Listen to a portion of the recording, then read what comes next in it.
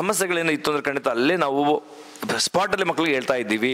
ನೋಡಿ ಹೊರಗಡೆ ಫುಡ್ನ ಮಕ್ಳು ಕೊಡ್ಸಲ್ಲ. ಯಾಕೆ ನೋಡಿ ಊಟದ ವ್ಯವಸ್ಥೆ ನೋಡಿ ಎಷ್ಟು ಚೆನ್ನಾಗಿ ಊಟದ ವ್ಯವಸ್ಥೆ ಮಾಡ್ಕೊಡ್ತೀವಿ ಮಕ್ಕಳಿಗೆ. ನಾವೇ ಪ್ರಿಪೇರ್ ಮಾಡೋ ಸೈನಿಕರು ಮೈಸೂರು ವತಿಯಿಂದ ಮಾಡ್ಕೊಟ್ಟಂಥದ್ದು ಮೈತ್ರಿ ಪೊಲೀಸ್ ಕಮ್ಯುನಿಟಿ ಹಾಲ್ನ ನಾವು 3 ದಿನಕ್ಕೆ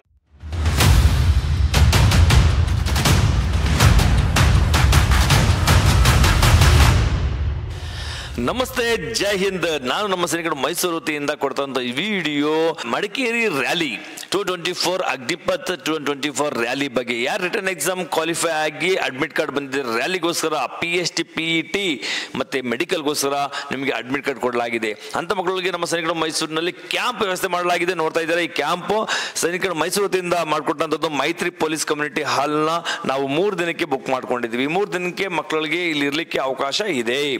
ನಮ್ಮ ಸೈನಿಕರು ಮೈಸೂರು 3 ವರ್ಷಗಳಿಂದ ಸತತವಾಗಿ ನಾವು ಕ್ಯಾಂಪ್ನ ಮಕ್ಕಳಿಗೆ ಹಾಕೊಡ್ತಾ ಬರ್ತಾ ಇದ್ದೀವಿ. ಇದರಿಂದ ಬಹಳಷ್ಟು ಮಕ್ಕಳಿಗೆ ಬಹಳ ಹೆಲ್ಪ್ ಆಗ್ತಾ ಇದೆ. ಅದು ನೀವು ಗಮನಿಸ್ತಾ ಇದ್ದೀರಾ. ಎಷ್ಟು ಮಕ್ಕಳಿಗೆ ಫೀಡ್ಬ್ಯಾಕ್ ಕೂಡ ತಗೊಂಡಿದ್ದೀವಿ, ನಾವು ನೋಡ್ತಾ ಇದ್ದೀವಿ. ತುಂಬ ಕಡಿಮೆ ಖರ್ಚಿನಲ್ಲಿ ಮಕ್ಕಳಿಗೆ ವ್ಯವಸ್ಥೆ ಮಾಡಿಕೊಡ್ತಾರಂಥದ್ದು. ಕಡಿಮೆ ಖರ್ಚು ಅನ್ನೋದಕ್ಕಿಂತ ಹೆಚ್ಚು ಲಾಭಗಳು ಮಕ್ಕಳಿಗೆ. ಯಾವುದೋ ಜಿಲ್ಲೆಯಿಂದ ಯಾವುದೋ ಜಿಲ್ಲೆಗೆ ಹೋಗಿ ಮಕ್ಕಳಿಗೆ ಅಲ್ಲಿ ಇರಲಿಕ್ಕೆ ವ್ಯವಸ್ಥೆಗೆ ಸರಿ ಗೊತ್ತಿರೋದಿಲ್ಲ, ಅಲ್ಲಿ ಮನೆಗಳಿಗೆ ಸರಿ ಗೊತ್ತಿರೋದಿಲ್ಲ, ಊಟದ ವ್ಯವಸ್ಥೆ ಸರಿ ಗೊತ್ತಿರೋದಿಲ್ಲ. ಬಹಳಷ್ಟು ಗೊಂದಲದಿಂದ ಮಕ್ಕಳಿಗೆ ಬಹಳ ಕಷ್ಟಗಳನ್ನ ಅನುಭವಿಸ್ತಾರೆ. ಆ ಕಷ್ಟಗಳಾಗಬಾರ್ದು, ಸರಿಯಾದ ರೀತಿ ಅವ್ರು ತಯಾರಾಗಿ ಬಂದಿರ್ತಾರೆ. ಆ ಸರಿಯಾದ ರೀತಿಯಲ್ಲೇ ಮಕ್ಕಳು ಸೆಲೆಕ್ಷನ್ ಆಗಬೇಕು ಅನ್ನೋ ಉದ್ದೇಶದಿಂದ ನಮ್ಮ ಸೈನಿಕರು ಮೈಸೂರಿನ ಅದಕ್ಕೋಸ್ಕರ ಬಹಳಷ್ಟು ಮಕ್ಕಳು ಸೆಲೆಕ್ಷನ್ ಆಗ್ತಾ ಇದ್ದಾರೆ.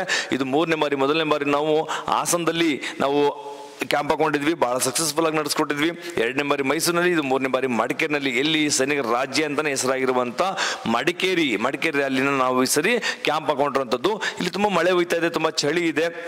ಆದ್ರೂ ಮಕ್ಕಳಿಗೆ ನಾವು ಒಂದು ರೀತಿಯ ಒಳ್ಳೆಯ ರೀತಿಯ ವ್ಯವಸ್ಥೆಗಳನ್ನ ಮಾಡಿಕೊಂಡು ಇಲ್ಲಿ ಮಕ್ಕಳಿಗೆ ಇರಲಿಕ್ಕೆ ಅವಕಾಶ ಕೊಟ್ಟಿದ್ದೀವಿ. ಇಲ್ಲಿ ಇರಿದ್ರೆ ಮಕ್ಕಳಿಗೆ ಏನಪ್ಪ ಲಾಭ ಆಗುವಂತಂದ್ರೆ ನೋಡ್ತಾ ಇರ್ಬೋದು ನೀವು ಮೆಡಿಕಲ್ ಚೆಕಪ್. ಎಷ್ಟು ಮಕ್ಕಳಿಗೆ ನಾವು ಯೂಟ್ಯೂಬಲ್ಲಿ ಅಪ್ಲೋಡ್ ಮಾಡಿದ್ದೀವಿ. ಅದು ಪ್ರಾಕ್ಟಿಕಲ್ ಆಗಿ ಮಕ್ಕಳಿಗೆ ಗೊಂದಲ ಭಯ ಇರ್ತದೆ. ಆ ಭಯನ ಓಡಿಸ್ಬೇಕನ್ನೋ ಉದ್ದೇಶದಿಂದಾನೆ ಆ ಸಮಸ್ಯೆಗಳೇನು ಇತ್ತು ಅಂದ್ರೆ ಖಂಡಿತ ಅಲ್ಲೇ ನಾವು ಸ್ಪಾಟಲ್ಲಿ ಮಕ್ಕಳಿಗೆ ಹೇಳ್ತಾ ಇದ್ದೀವಿ. ನೋಡಿ ಇಲ್ಲಿ ಎದೆ ಉಪ್ಸೋಂಥದ್ದು ಮಕ್ಕಳಿಗೆ ಎಷ್ಟೋ ಮಕ್ಕಳಿಗೆ ಗೊತ್ತಿರೋದಿಲ್ಲ. ನೋಡಿ ಇಲ್ಲಿ ಕಡಿಮೆ ಉಪ್ಸಿದ್ದಾನೆ, ಸರಿಯಾದ ಯಾವ ಥರ ಅಂತ ಹೇಳ್ಕೊಡ್ತಾ ಇದ್ದೀನಿ. ಈ ಎದೆ ಉಪ್ಸೋದು ಅಂದರೆ ಚೆಸ್ಟ್ ಎಕ್ಸ್ಪೆನ್ಷನ್ ಮಾಡೋದು. ಈ 2-3 ಸಲ ಟ್ರೈ ಮಾಡಿದ್ರೆ ಆಗಿರಲಿಲ್ಲ, ನೆಕ್ಸ್ಟ್ ಇನ್ನೊಂದು ಸ್ವಲ್ಪ ಪ್ರಾಕ್ಟೀಸ್ ಮಾಡಿದ್ಮೇಲೆ ಅವ್ನು ಸೆಲೆಕ್ಟ್ ಪಾಸ್ ಆಗ್ತಾ ಇದ್ದಾನೆ. ಯಾಕಾಗಲ್ಲ? ಹಾಗೆ ಆಗುತ್ತೆ. ಇಂದ ಸಣ್ಣ ಮಿಸ್ಟೇಕಿಂದ ಮಕ್ಕಳು ಫೇಲ್ ಆಗಿ ವಾಪಸ್ ಬಂದಂಥ ಪರಿಸ್ಥಿತಿ ಬರುತ್ತೆ. ಅದಕ್ಕೋಸ್ಕರ ಮಕ್ಕಳಿಗೆ ಪ್ರತಿಯೊಂದು ರೀತಿಯ ವ್ಯವಸ್ಥೆನ ಮಾಡ್ಕೊಂಡು ನಾವು ಇಲ್ಲಿ ತಯಾರು ಮಾಡಿದ್ದೀವಿ. ಮೆಡಿಕಲ್ ಚೆಕಪ್ ಆಗಿರ್ಬೋದು, PST ಆಗಿರ್ಬೋದು, ರನ್ನಿಂಗ್ಗೆ ಟ್ಯಾಕ್ಟಿಕ್ಸ್. ಸೆಕೆಂಡ್ರಿಲಿ ಮಳೆ ಹೋಯ್ದು ಪೂರ್ತಿ ಗ್ರೌಂಡ್ ಎಲ್ಲ ಗೊಜ್ಜಾಗಿರೋ ಕಾರಣ ಯಾವ ಥರ ಓಡಬೇಕು ಅನ್ನೋದ್ರ ಬಗ್ಗೆ ಕೆಲವು ಟ್ಯಾಕ್ಟಿಕ್ಸ್ ಹೇಳ್ಕೊಡ್ತೀವಿ. ನಾವು ಪಾಸ್ ಮಾಡ್ಸೋಕ್ಕಾಗಲ್ಲ, ಆದರೆ ನಾವು ಟ್ಯಾಕ್ಟಿಕ್ಸ್ ಕೊಡೋದ್ರಿಂದ ಆ ಸಮಯದಲ್ಲಿ ಆ ಒಂದೊಂದು ನಮ್ಮ ಅನುಭವ ಮಾತುಗಳು, ನಮ್ಮ ಅನುಭವದ ಅವ್ರಿಗೆ ಇತರ ನುಡಿಗಳು ಮಕ್ಕಳಿಗೆ ಬಹಳಷ್ಟು ಹೆಲ್ಪ್ ಆಗುತ್ತೆ. ಅದು ಬರೀ ಅದೊಂದೇ ಅಂತಲ್ಲ, ಕ್ಯಾಂಪಲ್ಲಿ ಇರುವ ಕಾರಣ ಕ್ಯಾಂಪಲ್ಲಿ ಮಕ್ಕಳಿಗೆ ವ್ಯವಸ್ಥೆ ಎಷ್ಟು ಪಾಸಿಟಿವ್ ಆಗಿದೆ ಅಂದರೆ ಪಾಸಿಟಿವ್ ಮೈಂಡ್ ಇರ್ತದೆ, ಒಟ್ಟಿಗೆ ಇರ್ತಾರೆ, ಮೋಟಿವೇಶನ್ ಮಾಡ್ತಾ ಇರ್ತೀವಿ, ಸರಿ ರೀತಿ ಆಹಾರನ ವ್ಯವಸ್ಥೆ ಮಾಡ್ಕೊಡ್ತೀವಿ, ಸರಿ ರೀತಿ ಅವ್ರಿಗೆ ಮಕ್ಕಳಿಗೆ ಇರ್ಲಿಕ್ಕೆ ವ್ಯವಸ್ಥೆ ಅವಕಾಶ ಕೊಡ್ತಾ ಇದ್ದೀವಿ. ಪ್ರತಿಯೊಂದೂ ಕೂಡ ವ್ಯವಸ್ಥೆ ಮಾಡ್ಕೊಡ್ತಾರೆ. ಮಕ್ಕಳಿಗೆ ಯಾವುದೇ ರೀತಿ ಭಯ ಅನ್ನೋದು ಇರೋದಿಲ್ಲ. ಹೆದರಿಕೆ ಅನ್ನೋದಕ್ಕಿಂತ ದೂರ ಹೆಚ್ಚು ಅವರಿಗೆ ಸಮಸ್ಯೆ ಏನು ಗೊಂದಲ ಇರ್ತದೆಲ್ಲ ಕ್ಲಿಯರ್ ಆಗ್ತಾ ಹೋಗ್ತದೆ. ಮೆಡಿಕಲ್ ಕೂಡ ಚೆಕ್ ಮಾಡ್ತಾ ಇದ್ದೀವಿ, ನೋಡ್ತಾ ಇದ್ದೀರಲ್ಲ ಇಲ್ಲಿ. ಅವರಿಗೆ ಬಾಡಿ ಪಾರ್ಟ್ಸ್ಗಳು ಎಷ್ಟೋ ಮಕ್ಕಳಿಗೆ ಗೊತ್ತಿರೋದಿಲ್ಲ. ಬಾಡಿ ಪಾರ್ಟ್ಸಲ್ಲಿ ಏನೇ ಸಮಸ್ಯೆಗಳಾಗ್ತವೆ ಅಂತೇಳಿ ಕೈಲಿ ಹಿಂಗೆಲ್ಲ ಕಡ್ಗೆ ಹಾಕೊಂಡು ಹೋಗ್ಬಿಡೋದು, ವಾಚ್ ಹಾಕೊಂಡು ಹೋಗೋದು, ಚೈನ್ ಹಾಕೊಂಡು ಹೋಗೋದು. ಇದರಿಂದ ಅಲ್ಲಿ ಡಾಕ್ಟರ್ಗಳು ಗಮನಿಸ್ತಾರೆ, ಒಳಗಡೆ ಬಿಡೋದಿಲ್ಲ, ಸುಮ್ಮನೆ ಎಲ್ಲೆಲ್ಲೋ ಇಡೋವಂಥದ್ದು, ಕಿತ್ತೆಸೆದಂಥದ್ದು ಇದೆಲ್ಲ ಮಾಡ್ಬಿಡ್ತಾರೆ. ಅದಕ್ಕೋಸ್ಕರ ಇವೆಲ್ಲ ಬಿಚ್ಚಿಡಿಸ್ತೀವಿ. Air remove unwanted air remove ಕೂಡ ರಿಮೂವ್ ಮಾಡ್ಕೊಂಡೋಗಿ ಅಂತ ಹೇಳ್ತೀವಿ. ನೋಡಿ ಇವರು ಏರ್ ರಿಮೂವ್ ಮಾಡಿಲ್ಲ, ಇವೆಲ್ಲ ಮಾಡಬೇಕು. ಮಾಡೋದ್ರಿಂದ ಡಾಕ್ಟರ್ಗಳು ನೋಡ್ತಾರೆ, ಅಸಭ್ಯವಾಗಿತ್ತು ಅಂತಂದ್ರೆ ಅವರು ಕೂಡ ಸಣ್ಣ ಸಮಸ್ಯೆ ಇದ್ರು ಕೂಡ ರಿಜೆಕ್ಟ್ ಮಾಡ್ಬಿಡ್ತಾರೆ ಅಥವಾ ರಿಮೆಡಿಕಲ್ ಆಗ್ಬಿಡ್ತಾರೆ.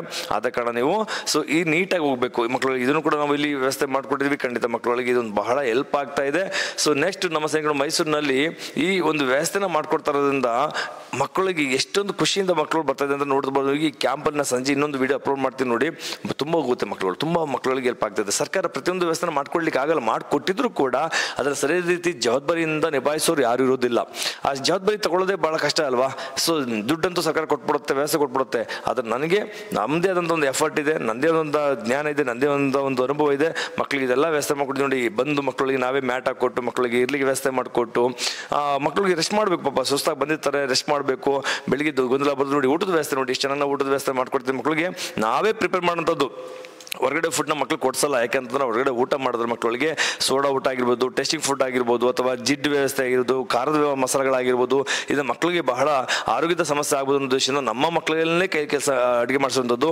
ಊಟದ ಟೇಬಲ್ ನೋಡ್ಬೋದು, ಮಕ್ಕಳಿಗೆ ಊಟದ ವ್ಯವಸ್ಥೆ ಕೂಡ ಮಾಡಿಕೊಟ್ಟಿದ್ವಿ. ಹೊಟ್ಟೆ ತುಂಬ ಊಟ ಮಾಡ್ತಾರೆ ಮಕ್ಕಳು, ನೋಡಿರ್ಬೋದು. ಮಕ್ಕಳು ತುಂಬ ಖುಷಿಯಾಗಿ ಇರ್ತಾರೆ. ಅಯ್ಯೋ ಇಲ್ಲ ಹೋಟ್ಲಿಗೆ ಹೋಗ್ಬೇಕಲ್ಲ, ಇಲ್ಲಿ ದುಡ್ಡು ಜಾಸ್ತಿ, ಅಯ್ಯೋ ಅಲ್ಲಿ ಊಟ ಚೆನ್ನಾಗಿರ್ತಿಲ್ವ ಅಂತ ಹೇಳಿ ಗೊಂದಲ ಇರೋಂಥದ್ದು ಭಯಪಡುವಂಥದ್ದು ಏನೂ ಇಲ್ಲ. ನಮ್ಮಲ್ಲಿ ಎಲ್ಲ ರೀತಿಯ ವ್ಯವಸ್ಥೆಗಳನ್ನ ಮಾಡ್ಕೊಳ್ಳಲಾಗ್ತದೆ. ಇದರಿಂದ ಬಹಳಷ್ಟು ಮಕ್ಕಳಿಗೆ ಹೆಲ್ಪ್ ಆಗ್ತದೆ. ನಮ್ಮ ಸೈನಿಕರು ಮೈಸೂರು ವತಿಯಿಂದ ಕೊಡುವಂಥ ಈ ವಿಡಿಯೋ ಬಹಳಷ್ಟು ಮಕ್ಕಳಿಗೆ ಹೆಲ್ಪ್ ಆಗುತ್ತೆ ಅಂತಂದರೆ ಈ ವಿಡಿಯೋನ ಶೇರ್ ಮಾಡಿ, ಎಲ್ರಿಗೂ ಕೂಡ ಲೈಕ್ ಮಾಡಿ. Thank you. ಜೈ ಹಿಂದ್.